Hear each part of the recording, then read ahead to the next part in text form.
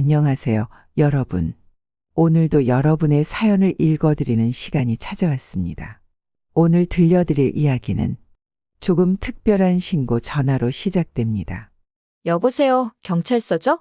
제 집에 불법 침입자가 있어요. 네, 주소는 서울시 강남구. 네, 침입자가 누구냐고요? 저희 시어머니세요. 이믿기 힘든 신고 전화의 주인공은 오늘 우리에게 사연을 보내주신 이은미님입니다.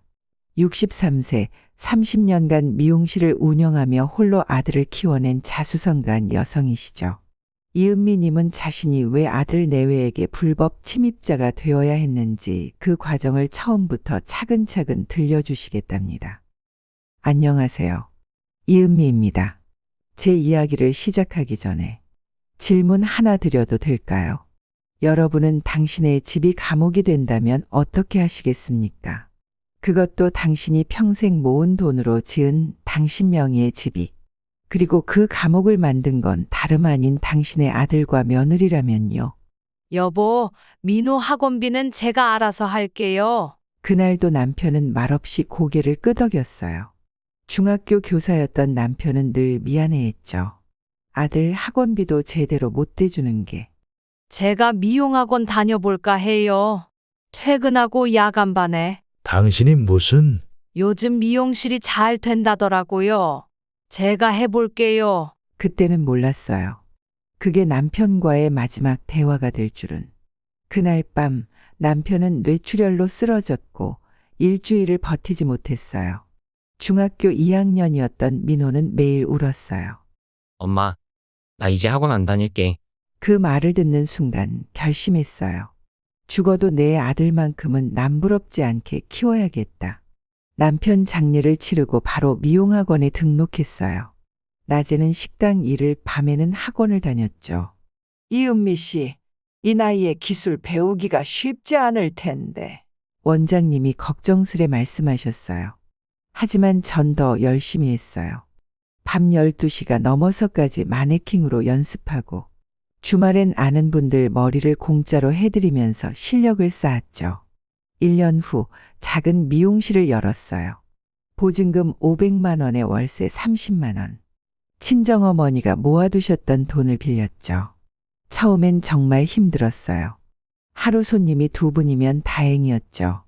그래도 포기할 순 없었어요. 어머님, 이 동네에서 미용실하면 이은미 헤어샵이래요. 민호가 중학교 졸업할 때쯤 단골 손님이 그러시더라고요. 손님들이 저를 믿고 찾아주셨거든요. 이은미 씨가 하면 안심이야. 여기 파마하면 6개월은 가. 그렇게 10년, 미용실은 동네에서 제일 잘 되는 가게가 됐어요. 저희 아들 민호가 33이던 해의 일이에요. 아들이 결혼한다고 했을 때 세상을 다 가진 것처럼 기뻤죠. 어머니, 이번 주말에 시간 되세요? 소개할 사람이 있어요. 처음 보는 자리에서 며느리 지은이는 참 예뻤어요. 호텔에서 파티시로 일한다고 했죠. 제가 운영하는 미용실에 일부러 머리하러 오기도 하고. 어머님, 제가 만든 케이크예요. 민호 오빠가 어머님이 달달한 거 좋아하신다고 해서. 결혼식 날 저는 제 평생 모은 돈을 모두 털어 신혼집을 마련해 줬어요. 84 25평 신축 아파트였죠. 어머니, 이렇게 큰 선물을 어떻게. 됐어. 너희 잘 사는 게 엄마는 제일 좋아. 당시 제 통장에는 1,000만 원도 남지 않았지만 괜찮았어요.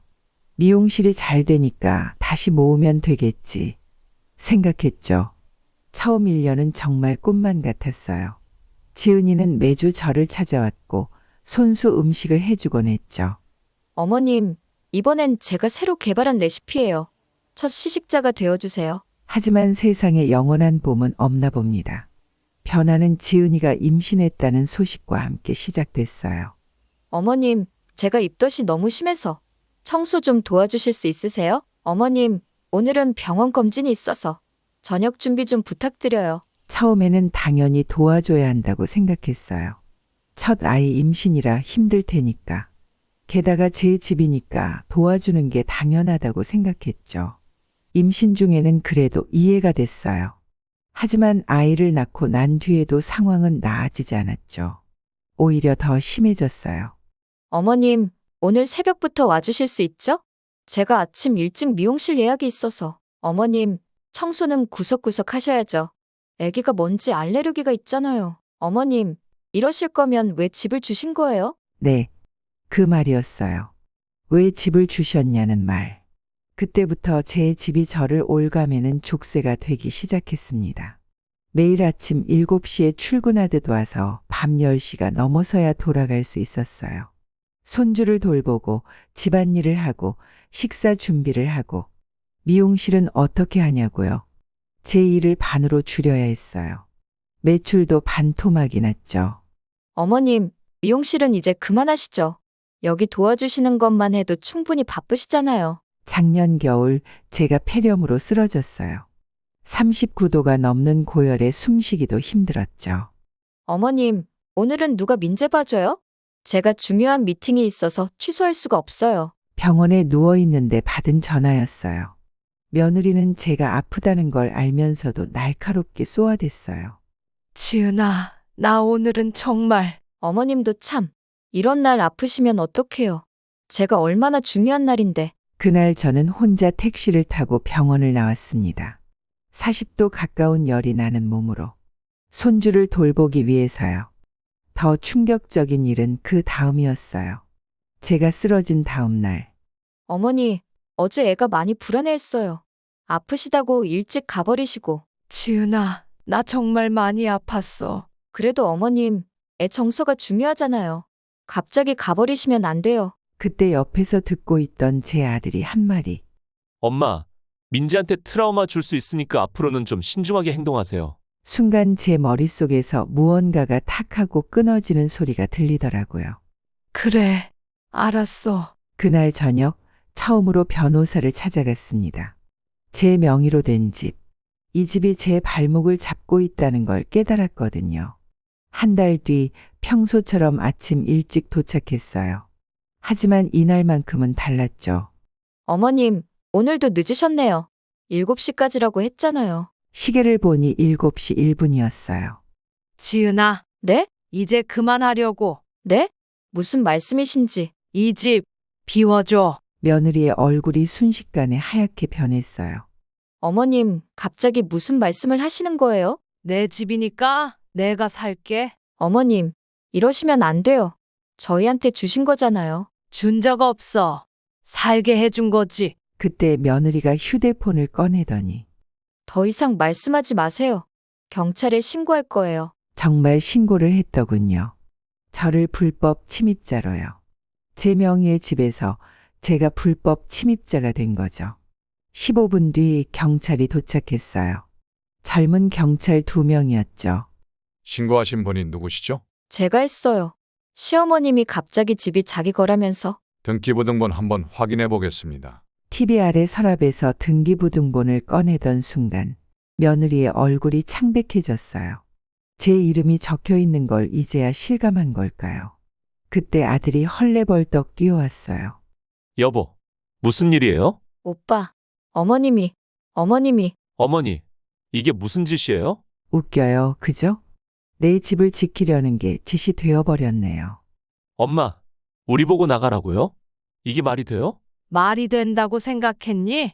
내가 아파서 쓰러졌을 때 내가 나한테 한 말도. 순간 아들의 얼굴이 굳어졌어요. 그때는 그래, 그때는 민재가 중요했지. 널 키우느라 수십 년을 바친 엄마보다. 며느리가 갑자기 바닥에 주저앉아 울기 시작했어요. 어머님, 제발요. 저희가 잘못했어요. 늦었어. 어디로 가라는 거예요? 민재는 어쩌고? 걱정 마. 너희한테 한 달을 줄게. 집 구할 시간. 경찰관이 다시 한번 상황을 정리했어요. 법적 소유주가 퇴거를 요청하신 이상 따르셔야 합니다. 그날 밤 아들이 문자를 보내왔어요. 엄마, 우리가 많이 잘못했어요. 한 번만 용서해 주세요. 읽고 또 읽었어요. 지우려다가 그냥 두었죠. 손주 방을 지나는데 작은 곰 인형이 보이더라고요. 민재가 제일 아끼던 거. 안아보니 민재 체온이 아직 남아있는 것 같았어요. 그제야 울음이 터졌습니다. 일주일 후 미용실 단골 손님들 사이에 소문이 퍼졌어요. 진짜 아들 내보냈다면서요? 어머나, 어떻게 그럴 수가? 아무리 그래도 자식인데. 제가 미용실에서 손님 머리를 하는데 옆에서 속삭이듯 말하더라고요. 며느리가 아무리 잘못했어도 손주는 불쌍하지 않나? 그러게, 나였으면 절대 못했을 거야. 그래서 털어놨어요. 손님, 제가 지난 3년 동안 매일 아침 7시부터 밤 10시까지 일했다는 거 아세요? 네? 미용실 매출이 반으로 줄었고, 제가 폐렴으로 쓰러졌을 때도 손주 본다고 응급실에서 나왔다는 것도요. 미용실이 조용해졌어요. 거기다 며느리는 절 가정부처럼 부렸고, 아들은 그런 며느리 편만 들었어요. 손님들의 시선이 달라지기 시작했죠. 세상에, 그렇게까지 했는데도 오죽했으면. 2주가 지났을 때예요. 제 미용실에 뜻밖의 손님이 찾아왔어요. 며느리 친정어머니셨어요. 사돈, 잠깐 이야기 좀 할 수 있을까요? 점심시간이라 손님이 없던 참이었어요. 지은이 어릴 때부터 제가 잘못 키웠나 봐요. 사돈은 갑자기 눈물을 보이셨어요. 무슨 말씀이세요? 제가 지은이를 너무 귀하게만 키웠나 봐요. 시어머님을 이렇게. 사돈 그만하세요. 아니에요. 제가 미용실도 찾아가 봤어요. 사돈이 일하시는 걸 보고 왔어요. 네? 매일 아침 7시부터 밤 10시까지. 제가 그랬다면 버티지도 못했을 거예요. 사돈의 눈가가 붉어졌어요. 지은이가 사돈을 가정부처럼 부렸다면서요. 제 딸이. 한동안 미용실에는 침묵만이 흘렀어요. 사돈, 제가 잠깐 전화 한 통만 해도 될까요? 사돈이 전화를 걸더니, 지은아, 지금 엄마 말 잘 들어.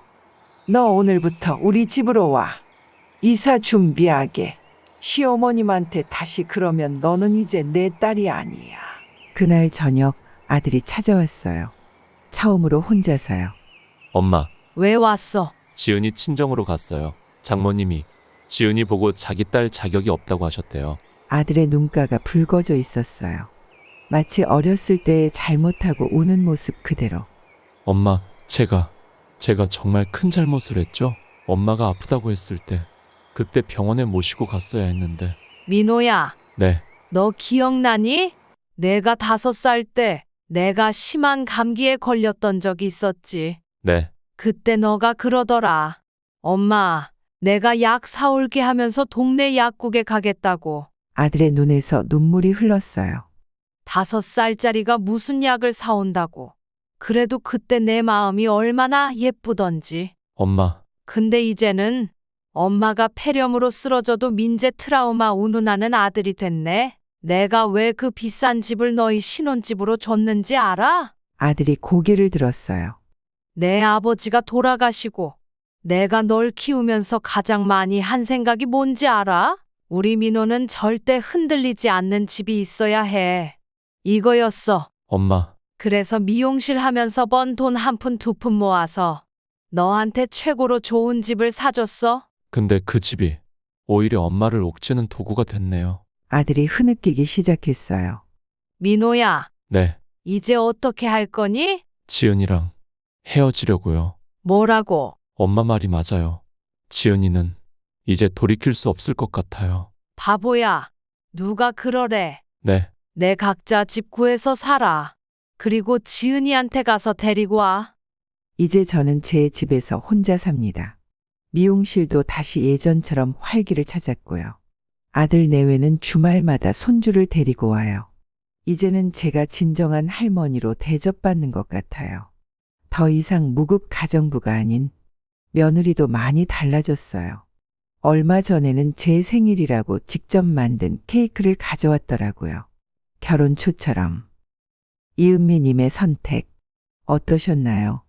때로는 관계를 지키기 위해 잠시 거리를 두는 것이 필요할 때도 있나 봅니다. 현재 이은미님은 주말마다 손주를 만나고 계시고 아들 부부와도 새로운 관계를 만들어가고 계신다고 합니다. 여러분은 어떻게 생각하시나요? 댓글로 여러분의 생각을 들려주세요. 구독과 좋아요 눌러주셔서 다음 사연으로 찾아뵙겠습니다. 고맙습니다.